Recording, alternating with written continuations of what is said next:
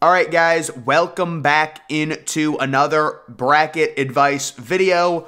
We looked at some of the lower Cinderella teams. We've looked at some of the higher seeded teams. Now, let's take a look at the seeds 6 through 11 and kind of find a team that maybe possibly could have Final Four potential.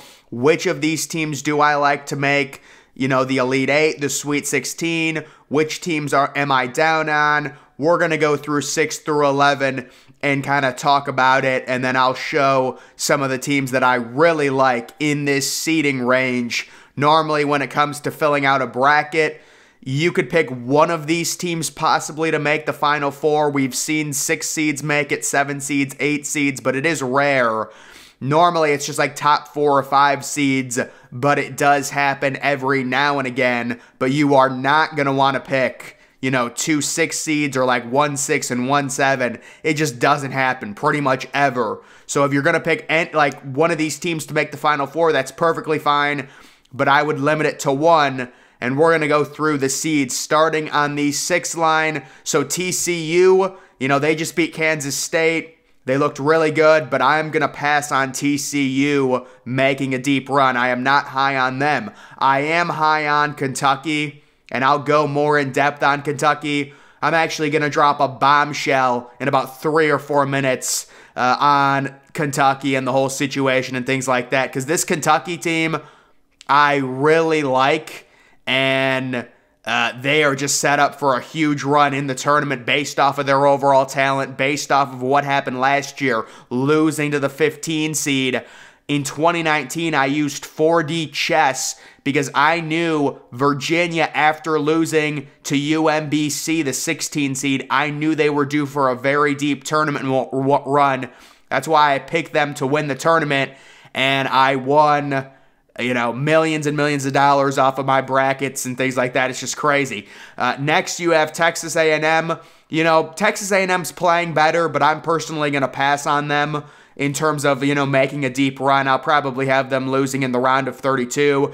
Creighton is really streaky. They just had an impressive win against Villanova. We'll see how they finish out the Big East tournament, but they're just too streaky for me. I know the analytics love them.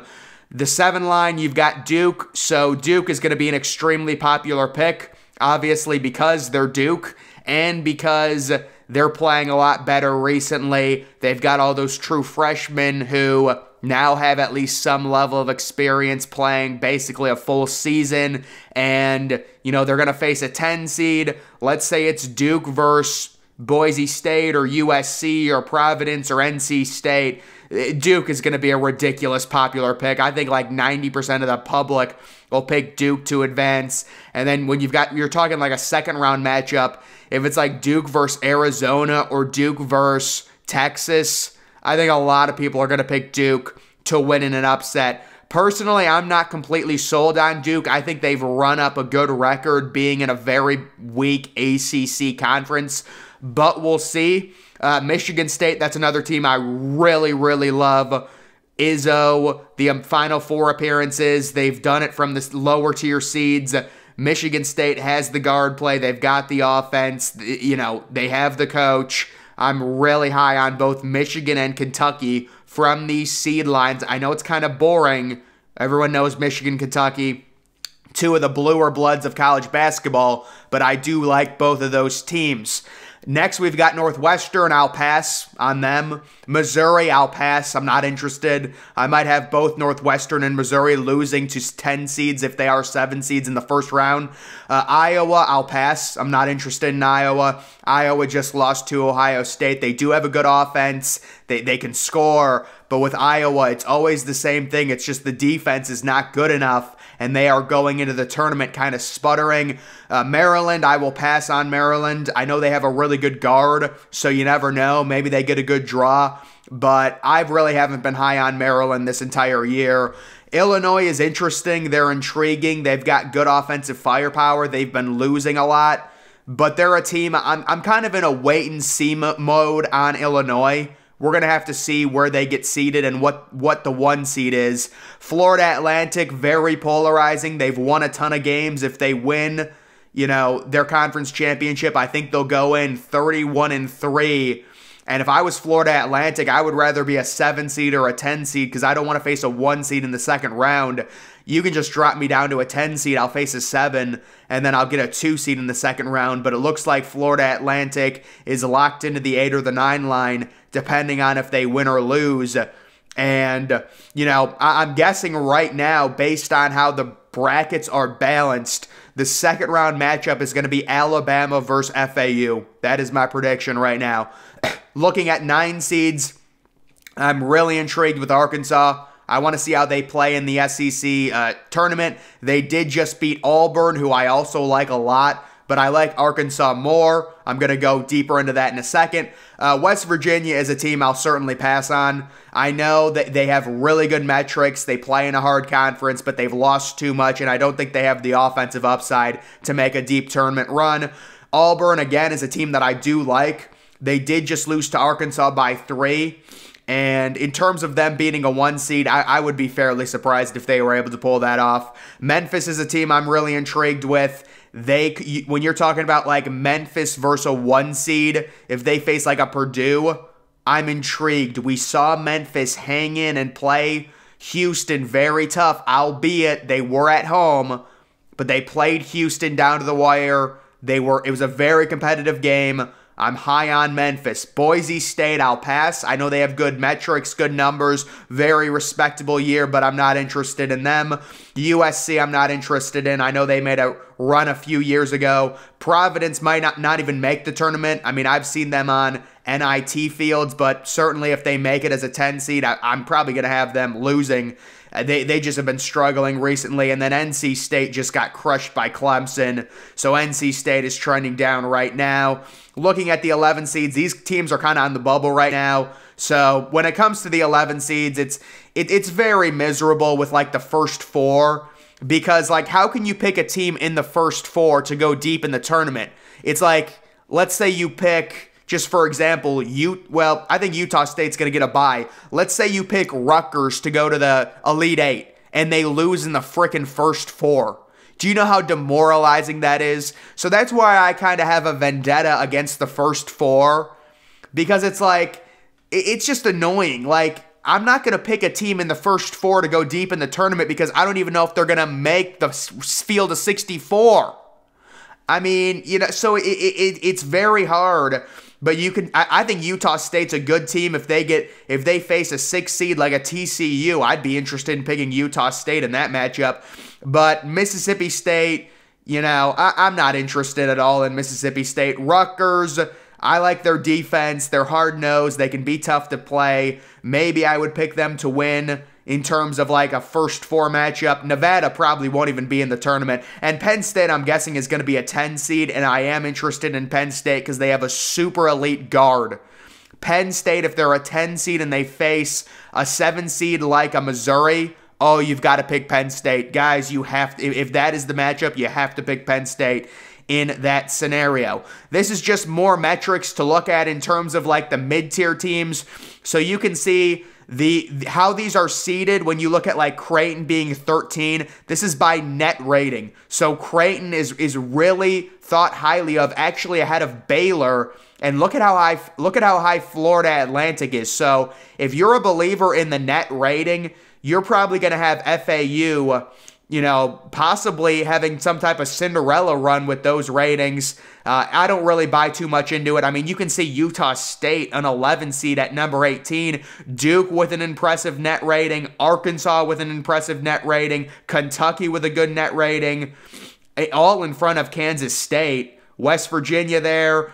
There's TCU at 27, Maryland at 28. Other teams, Michigan State sitting at 31, Auburn at 32, Memphis at 33, and Illinois at 35. See, these are some of the teams that are intriguing. Taking a look at Duke, their overall T rank is at 25. You can see on the far right, recently they've had some really good game scores. They've won about 7 games in a row. So Duke, we'll see how they do against Miami, but they're a team trending in the right direction right now. When I looked at the analytics of their young players, I have to be honest, I was really disappointed.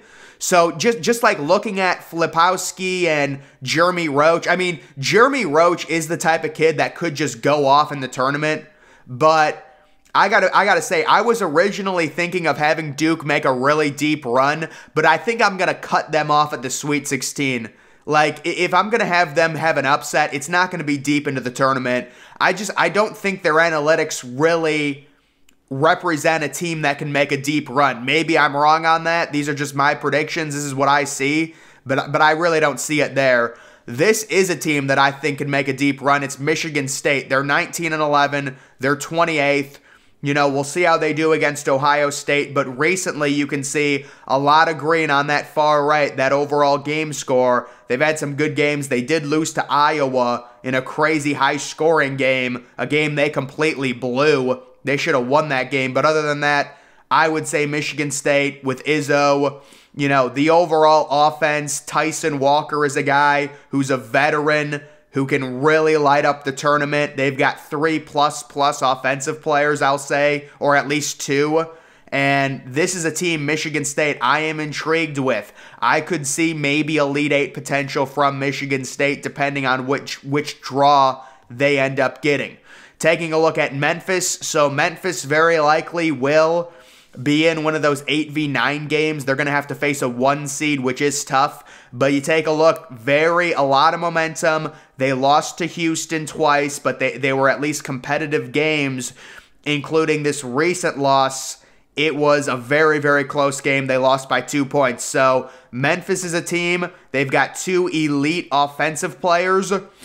They're very intriguing to me. We'll have to see what happens with Memphis in terms of the American tournament. They're probably going to go and face Houston and lose again, but they are intriguing. Another team I'm interested, I think Arkansas has potential Elite 8, you know, properties based on what I see from them. I understand the 3 straight losses. It's not a good look, but you're talking about those 3 games at Alabama, at Tennessee versus Kentucky. Those are not easy games. Not easy games. I know losing 3 straight is bad, especially going into the tournament, but they did just beat Auburn. I like the young guard play. Nick Smith and Anthony Black, the 2 high recruits. They're playing better. They're growing as true freshmen. And this is a very intriguing profile. This Arkansas team, the overall potential, the overall upside to potentially make a deep run. Kentucky is the other team, so I think Kentucky is a Final Four type team based off of them losing last year to a 15 seed. Oscar Tshiebwe, they're built really well overall. They've had a bunch of 90-plus game scores. You take a look at all that green. You know, the bad loss to Vanderbilt, sure, but that's just a blip on the radar. I think they're fine. They're still a really good team. And more importantly, it seems like it's a team that's due for a deep run after the first-round shocking loss last year. So Kentucky is a team I'm very, very high on when it comes to kind of these mid-tier seeds overall. Just taking a look at it again. TCU, not interested. Kentucky, I'm very high on. I think if you're talking about from 6 through 11, if you're going to pick a Final Four team, the teams I look at, it's Kentucky, it's Arkansas, maybe it's even Memphis to the Final Four. I'm not saying it's going to happen, but maybe Memphis and then Michigan State. When I look at everyone else, I know people are going to pick Duke. I don't like their analytical profile. Creighton seems too inconsistent. A&M just doesn't have enough firepower. Northwestern, not interested. Missouri, not interested. Iowa, not interested. Not good enough defensively. Maryland, no thanks. Illinois, I'm intrigued with Illinois, but I think Illinois probably is going to lose in the first round, honestly. Florida Atlantic, you know, they've got a really good record, but the conference, you know, very few quad 1 wins. West Virginia, too many losses, not enough elite talent. Auburn, solid team, but I don't see them beating a 1 seed. Boise State, I'll pass, but they've had a good season. USC, they were on the bubble 2 weeks ago. They're going to get in, and they're a solid team, but not interested. Providence, not interested. NC State, not interested. Pittsburgh, not interested. Utah State, I like. Mississippi State, not interested. Rutgers, I like, but they might be in the first 4. Nevada, not interested. Penn State, I like. They're probably going to be a 10 seed, and I could see them having a Cinderella Sweet 16 run because they have a very elite guard, and we know how important guards are in the tournament. So, guys, that is my official look at seeds 6 through 11. Who can go deep? Who's going to lose early, guys? That's just kind of my opinion right now as we go and march on to the final weekend here with Selection Sunday coming up. That's going to do it for this video. Make sure you follow me on Twitter. Link to that's always in the description. I'm, of course, the Depressed Ginger. Thank you for watching.